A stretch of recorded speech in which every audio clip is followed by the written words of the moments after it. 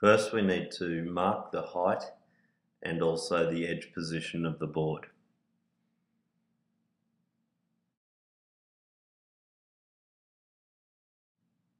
Next, we need to get somebody to give us a hand holding the board in place while you mark the position of the screw holes with either a drill or a pencil.